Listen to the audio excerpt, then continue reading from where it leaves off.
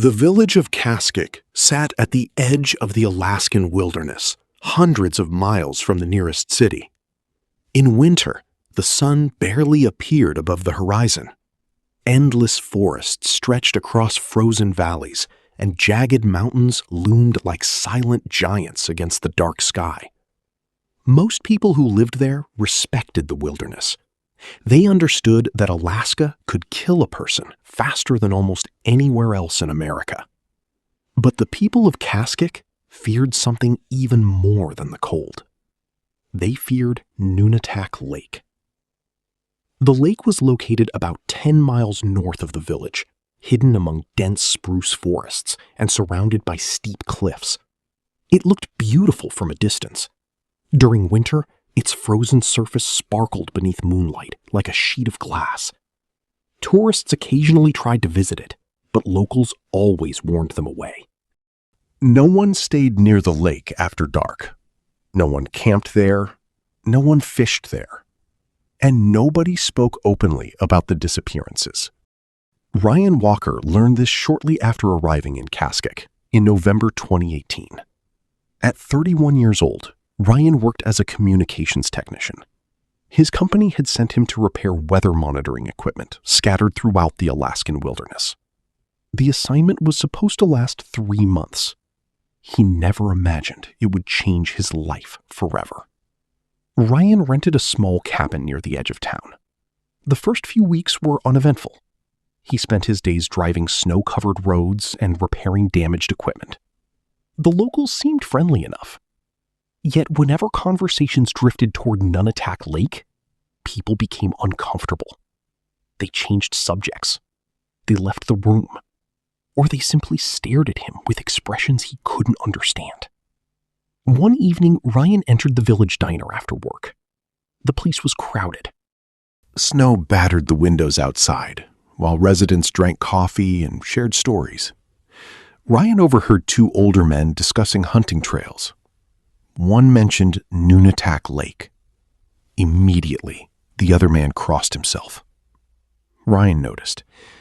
"What's the story with that lake?" he asked. The entire table fell silent.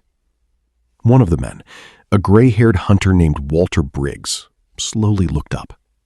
His face had gone pale. "You don't go there," Walter said.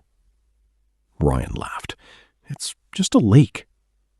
Walter didn't smile. "No," he replied quietly. "It isn't." The hunter stared into his coffee. For several seconds, nobody spoke. Then, Walter leaned closer. "People disappear there." Ryan expected someone to laugh. Nobody did. Walter continued. "My grandfather warned me about that place. His grandfather warned him.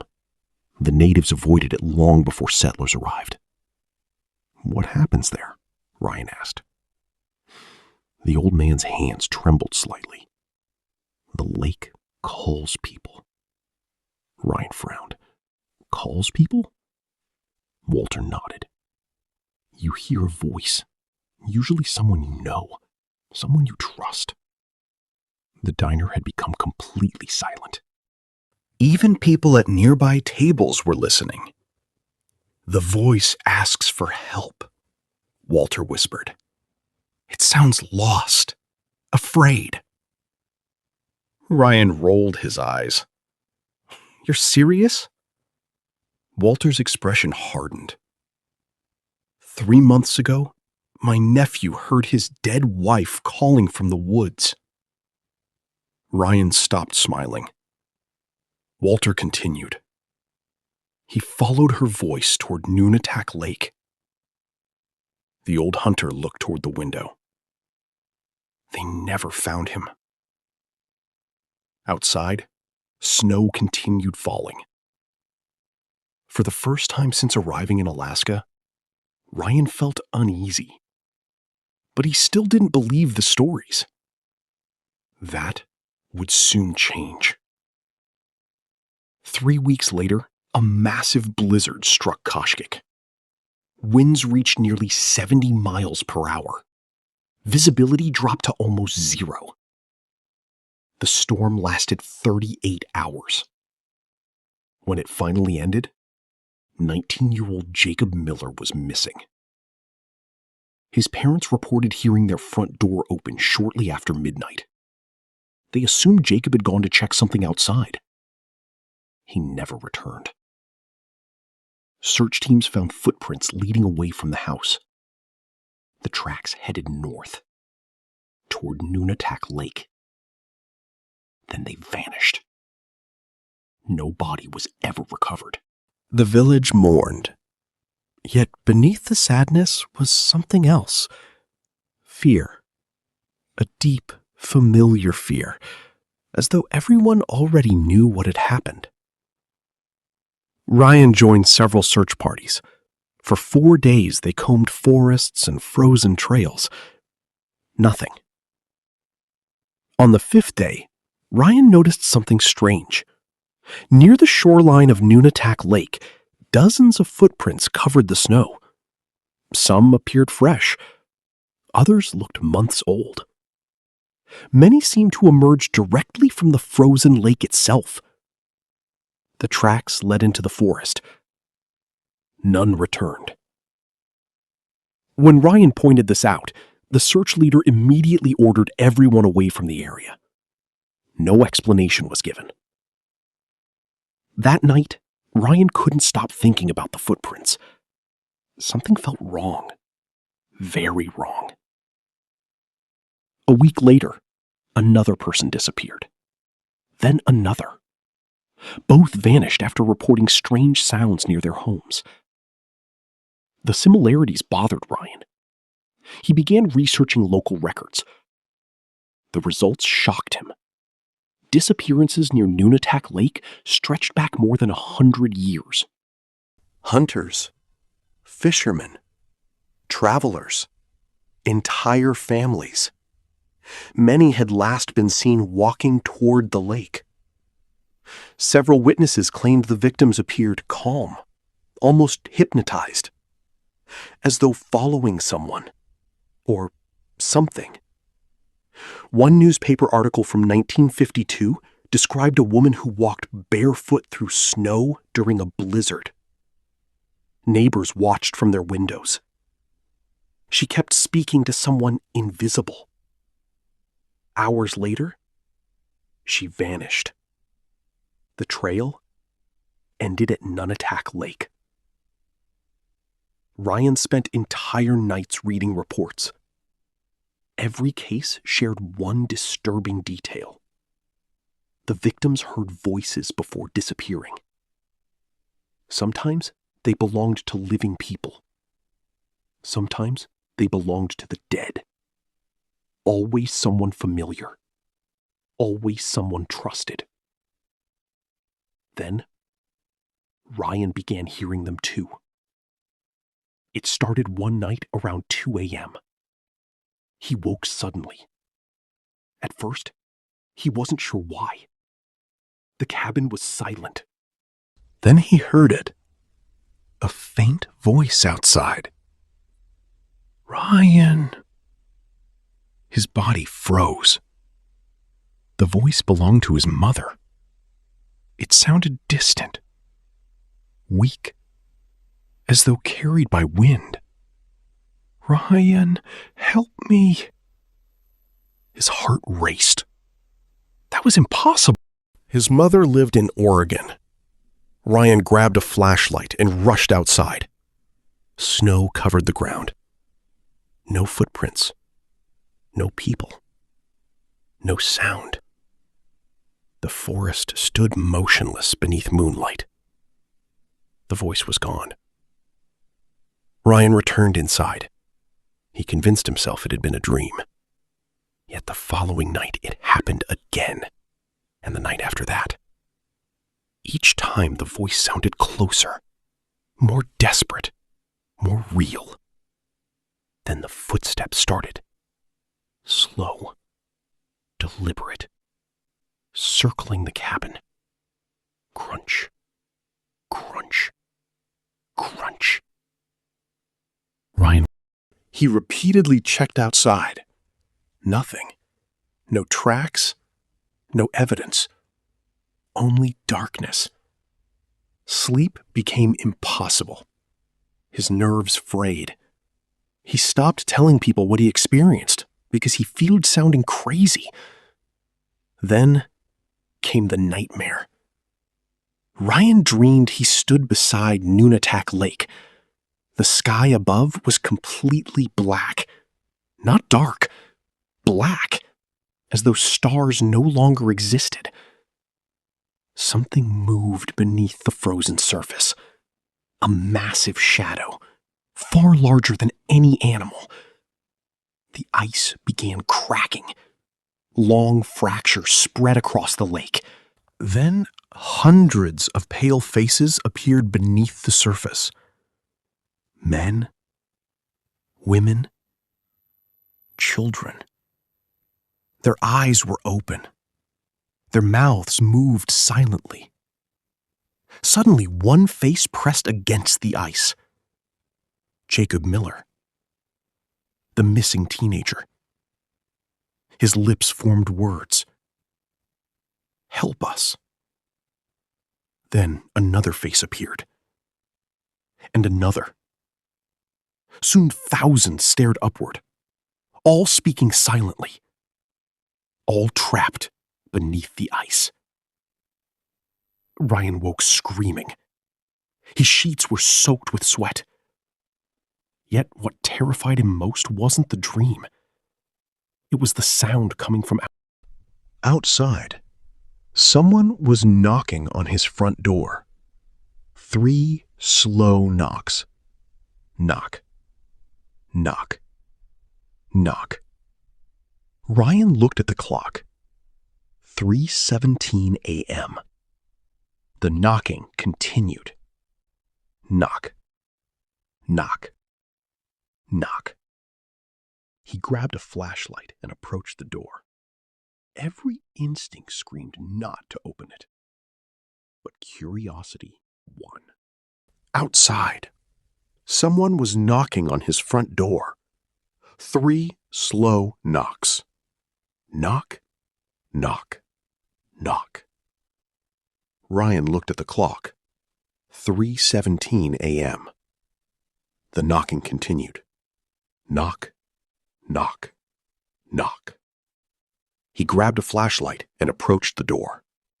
Every instinct screamed not to open it. But curiosity won. Slowly, he unlocked the door. The porch was empty. No footprints. No visitors. Nothing. Then a voice whispered directly beside his ear. "Come to the lake." Ryan spun around. Nobody stood behind him. Yet the voice had sounded inches away. He slammed the door shut. For the rest of the night, he sat awake, holding a rifle. Morning finally arrived.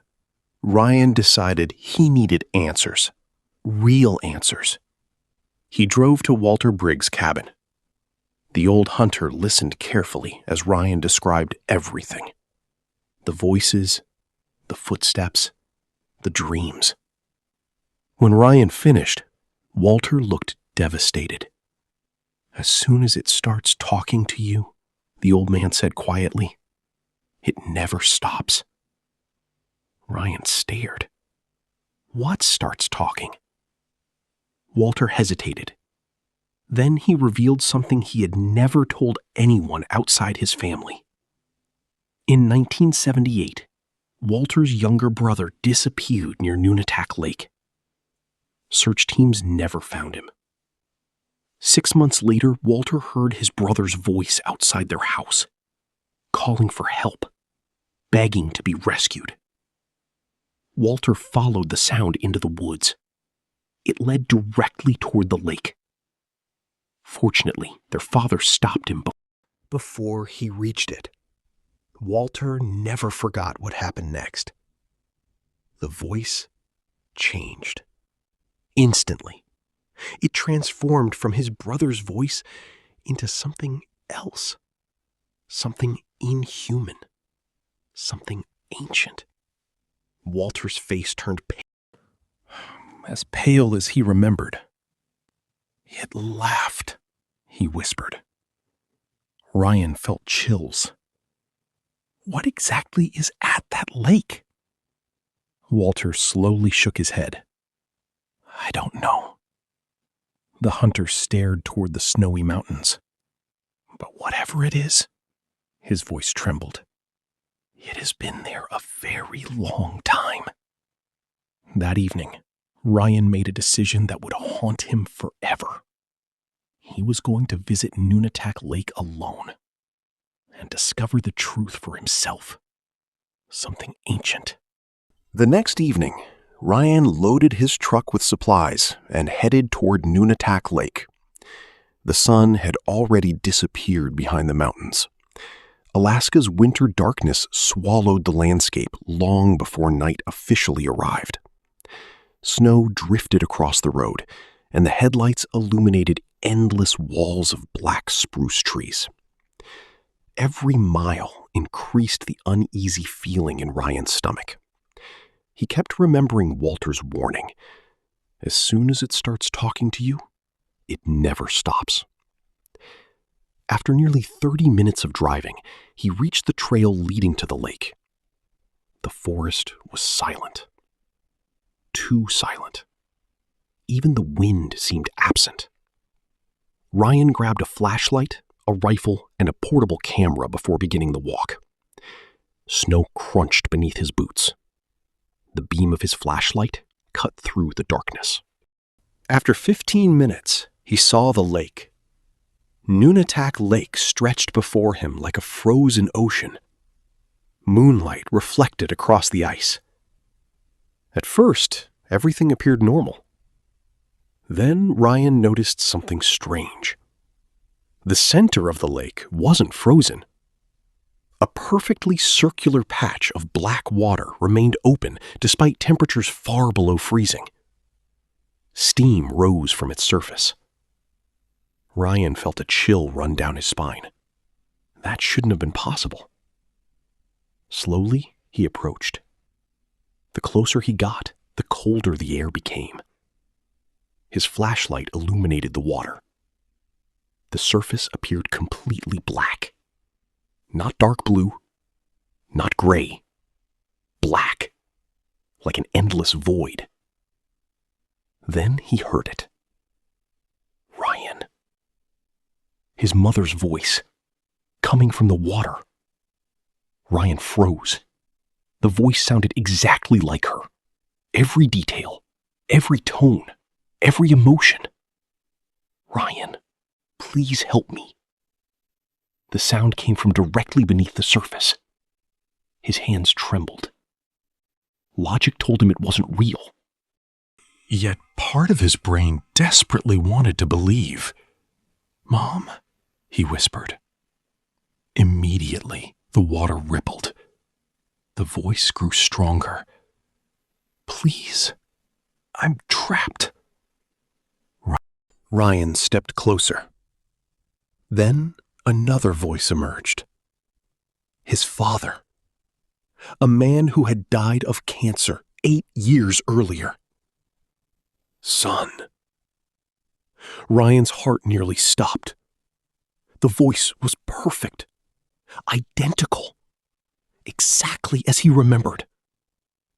"Ryan, come here." The black water began moving. Something was rising. Ryan raised his flashlight. At first, he saw only a pale shape beneath the surface. Then another. Then dozens more. Faces. Human faces. Hundreds of them. Men. Women. Children. All floating beneath the water. Their eyes, they were open. Their mouths moved silently. Ryan stumbled backward.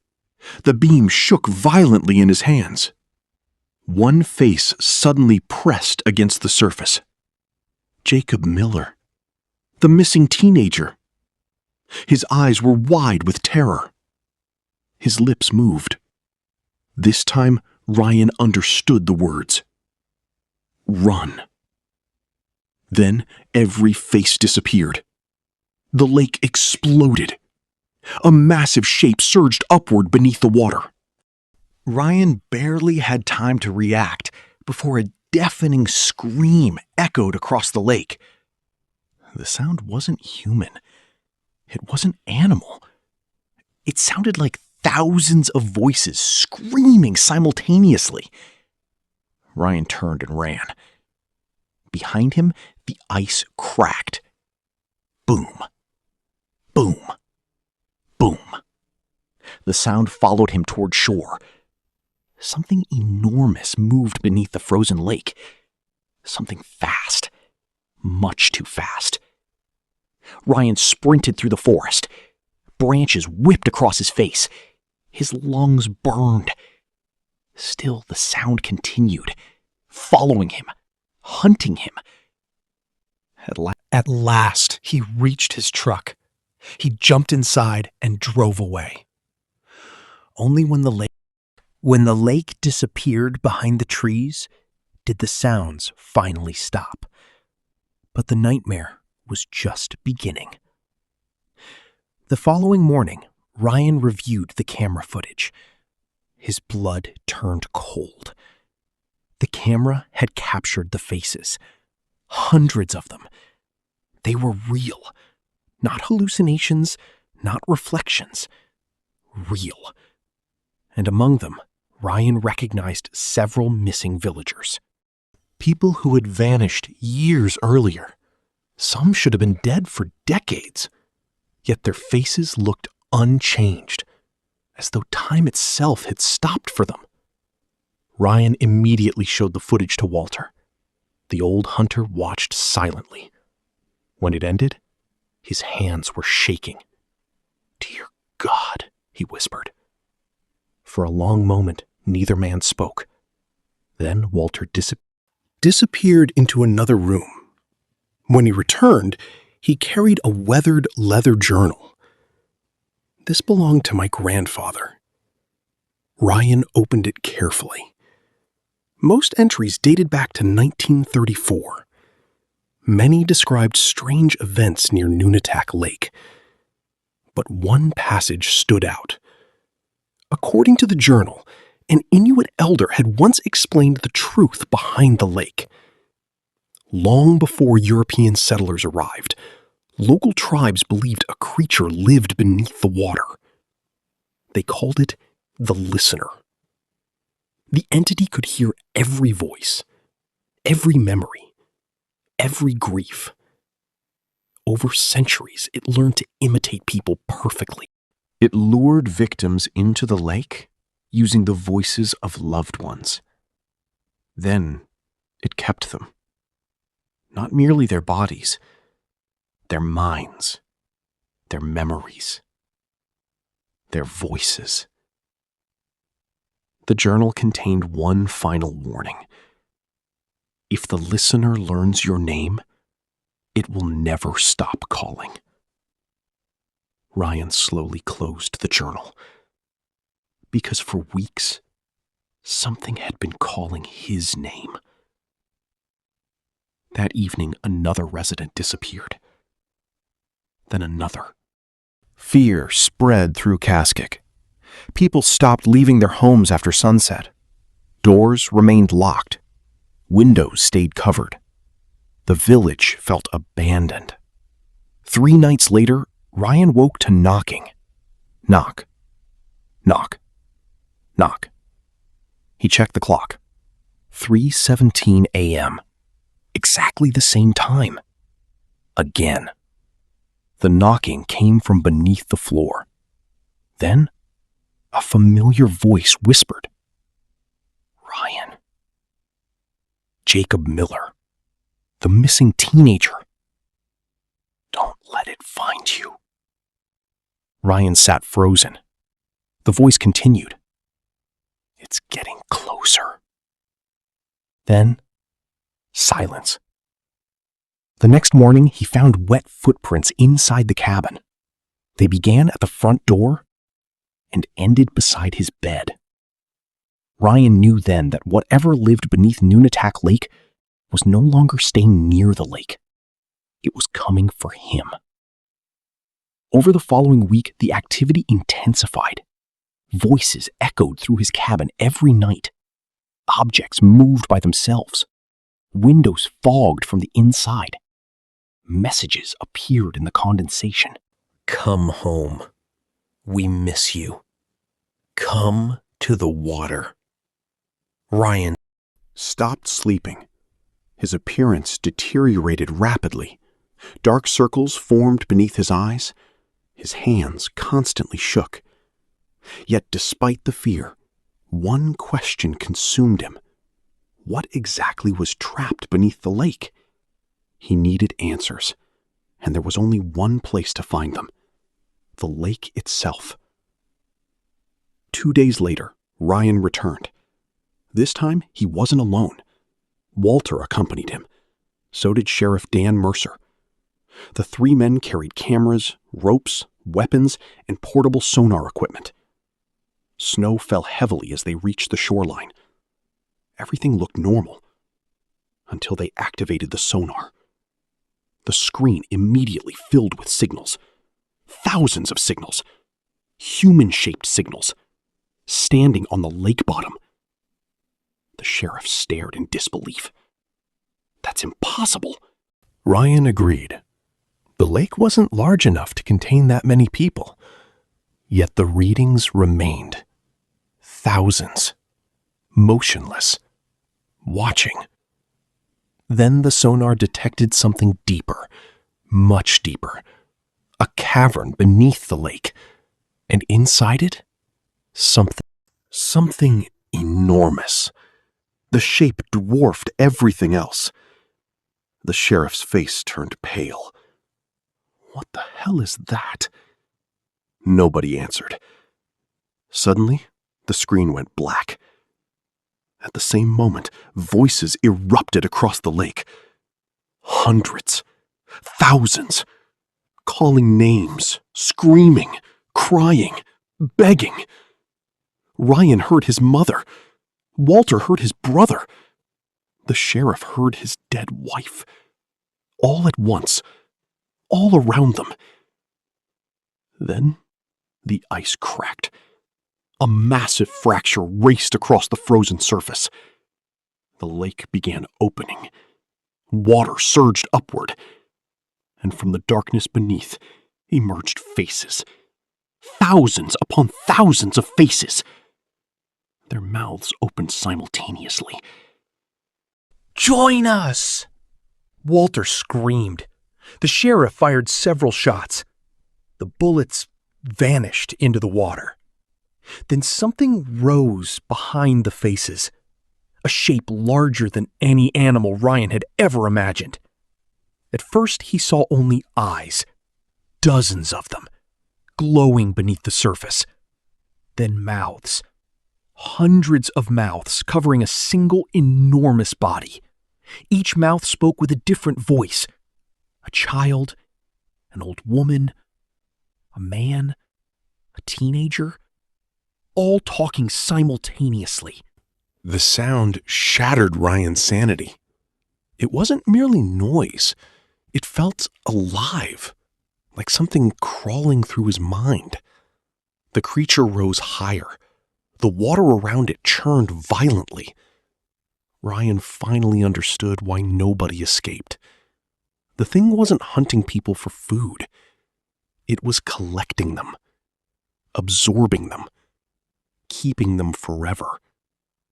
Every victim became another voice, another memory, another lure. The sheriff suddenly stopped moving. His expression went blank. Slowly, he began walking toward the water. Ryan grabbed him. The sheriff shoved him away. "It's my wife," he whispered. Tears streamed down his face. "She's waiting for me." Then he stepped into the lake and disappeared beneath the surface. Ryan never saw him again. Coming from beneath the floor, Ryan sat upright, his heart pounding. pounded. The clock read 3:17 a.m. Exactly. The same time. The knocking continued. Then a voice whispered from the darkness. A voice he recognized instantly. Walter Briggs. Ryan. His blood froze. Ryan. The voice sounded wet, distant, wrong. We found you. Every light in the apartment went out. For several seconds, darkness consumed everything. Then, something appeared outside the window. A face. Pale, motionless, staring directly at him. Walter's face. But Walter had disappeared years ago. The face smiled. Slowly. Unnaturally. Then another face appeared beside it. And another. And another. Dozens crowded outside the window. All smiling. All watching. Among them, Ryan recognized Jacob. The sheriff. Missing villagers. People who should have been dead. People who should not have existed. The voices began speaking together. Thousands of voices. One sentence. One terrible sentence. We never left the lake. The window cracked. A thin stream of black water leaked through. Then another. Then another. Ryan backed away. The water spread across the floor. Dark. Cold. Impossible. And from within it came the sound of footsteps. Something was climbing out. Something that had followed him all the way from Alaska. The last thing Ryan ever wrote appeared in a journal recovered from his apartment after he vanished 3 days later. The entry contained only one sentence. The voices were never coming from the lake. The lake was only where it slept. Ryan Walker was never seen again. To this day, Nunatak Lake remains one of Alaska's most feared locations. Locals still report hearing voices on winter nights. Voices belonging to lost loved ones. Voices begging for help. Voices calling from the darkness. And according to the few people who have survived hearing them, there is one rule you should never break. If someone calls your name from Nunatak Lake after dark, never answer.